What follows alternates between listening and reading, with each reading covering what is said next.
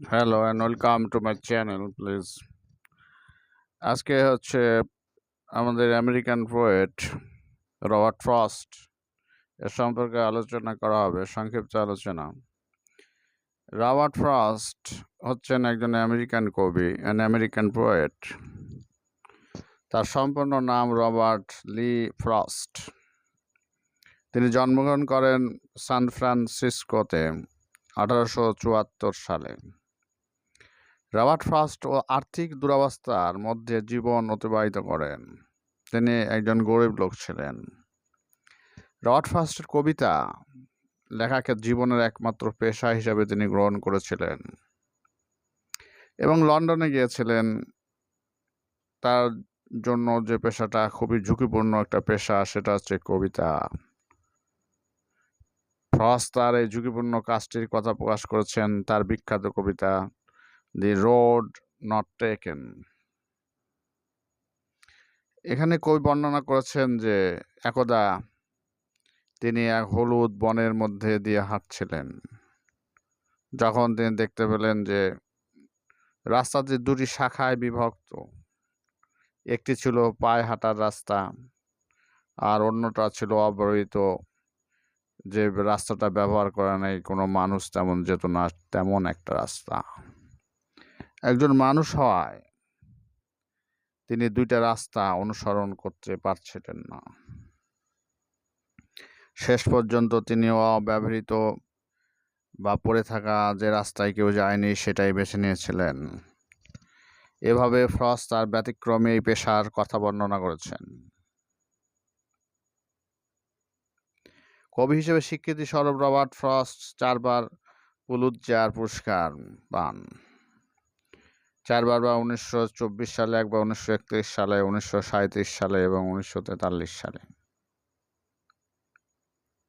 তার জীবনের সবচেয়ে বড় সফলতা এই যে তিনি 1961 সালে মার্কিন প্রেসিডেন্ট জন এফ কেনেডির অভিষেক অনুষ্ঠানে তাকে আমন্ত্রণ জানানো হয় এবং তার বিখ্যাত কবিতা দি গিফট আউটরাইট তিনি আবৃত্তি করেন।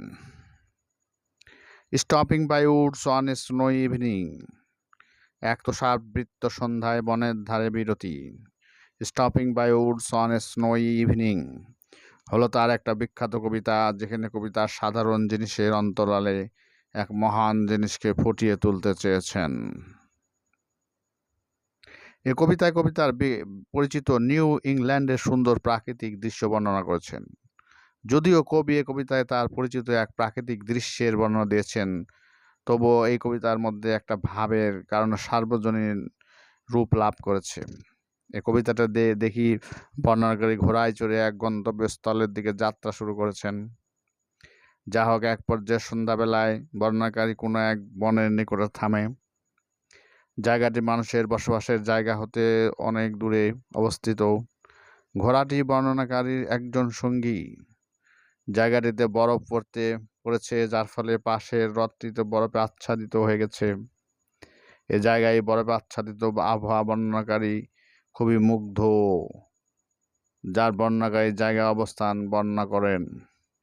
যা হোক, পরবর্তীতে দেখি বর্ণনাকারী ঘোড়া তার সাজ সরঞ্জামের ঘণ্টা বাজায় এবং বর্ণনাকারী স্মরণ করিয়ে দেন যে তার মূল ভুল হলো কি না কিছু। শেষ পর্যন্ত কবিতার গন্তব্যে পৌঁছানোর কথা স্মরণ করেন। এখানে অবস্থান করার সিদ্ধান্ত বাদ দেন। সে চিন্তা করে যে গন্তব্যে পৌঁছানোর পর সে বিশ্রাম নেবে। এই কবিতার প্রতীকী তাৎপর্য তুলে ধরেছেন। বর্ণনাকারী ভ্রমণ পরোক্ষভাবে মানব জীবনের ভ্রমণকে তুলে ধরে। এখানে বন রহস্যময় কোনো কিছুকে তুলে ধরে, বরফ সন্ধ্যাবেলা মৃত্যুর ইঙ্গিত দেয়। বনের মালিক জনসাধারণকে তুলে ধরে। তাই বর্ণনাকারী ভ্রমণ একটি ব্যক্তির ভ্রমণকে তুলে ধরেছে, যে ব্যক্তি মৃত্যুকে বরণ করে নিতে চায়। বর্ণনাকারী যদি সাদা বরফ দেখে ঘোড়া থামায়, এর মাধ্যমে কবি ওই ব্যক্তির মৃত্যুকে বরণ করে নেওয়ার কথা বলেছে। যা হোক, এখানে ঘোড়া হলো ওই ব্যক্তির বিবেকের প্রতীক, যা স্মরণ করিয়ে দেয় যেখানে থামার কোনো প্রয়োজন নেই, কারণ তার গন্তব্যস্থলে পৌঁছাতে হবে।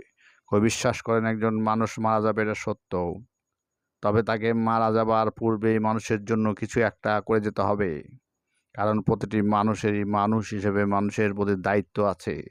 তাকে সে দায়িত্ব পালন করার পর থামতে হবে, অর্থাৎ মৃত্যুবরণ করতে হবে। এই বিষয়টি ফুটিয়ে তুলেছেন Miles to go before I sleep বলে। ধন্যবাদ, দয়া করে সাবস্ক্রাইব করবেন।